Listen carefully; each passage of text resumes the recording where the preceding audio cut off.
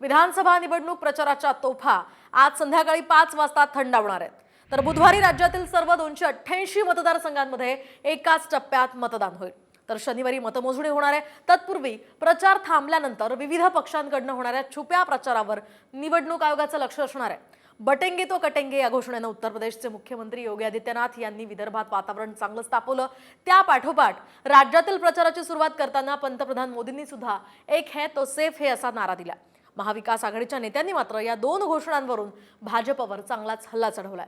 भाजपला देशाचे तुकडे करायचेत अशी टीका विरोधकांनी केली आहे। राहुल गांधी, खरगे, शरद पवार, उद्धव ठाकरेंनी भाजपच्या या दोन्ही घोषणांच्या विरोधात आक्रमक भूमिका घेतली आणि त्यांचा सभांमधून समाचार घेतलाय। विशेष म्हणजे महायुतीचे घटक पक्ष असले तरी सुद्धा राष्ट्रवादीच्या अजित पवार यांनी मात्र बटेंगे तो कटेंगे या भाजपच्या घोषणेशी सहमत नाही अशी भूमिका मांडली आहे।